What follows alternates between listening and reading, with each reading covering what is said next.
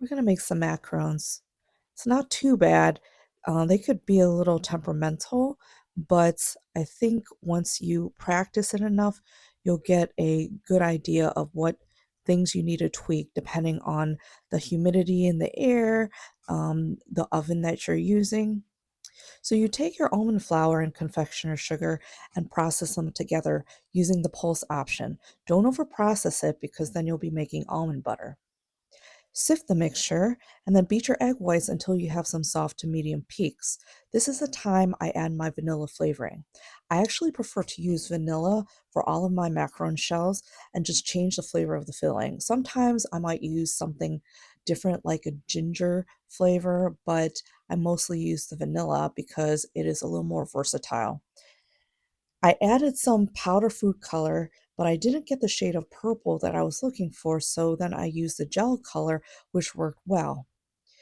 Once the meringue is pretty stiff, it is ready to be combined with the almond flour mixture. So I sift the mixture into the meringue, adding a portion at a time and folding in between. Afterward, I macaronage by hand. I've actually seen and heard good things about using a stand mixer for this part of the process, but I haven't tried it. I'll need to try it sometime and see how it goes.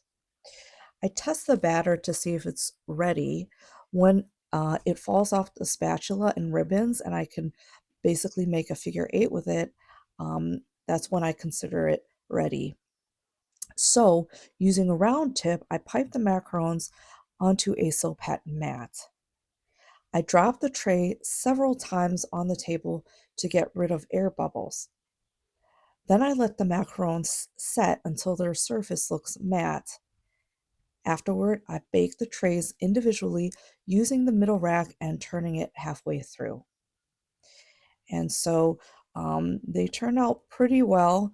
Last time I actually tried using a sheet of parchment paper over the Silpat mat, but I found that when I used that, it didn't make the bottoms very smooth.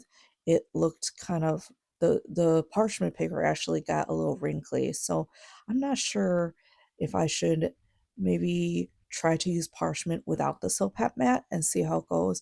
But this method with a Silpat um, works really well.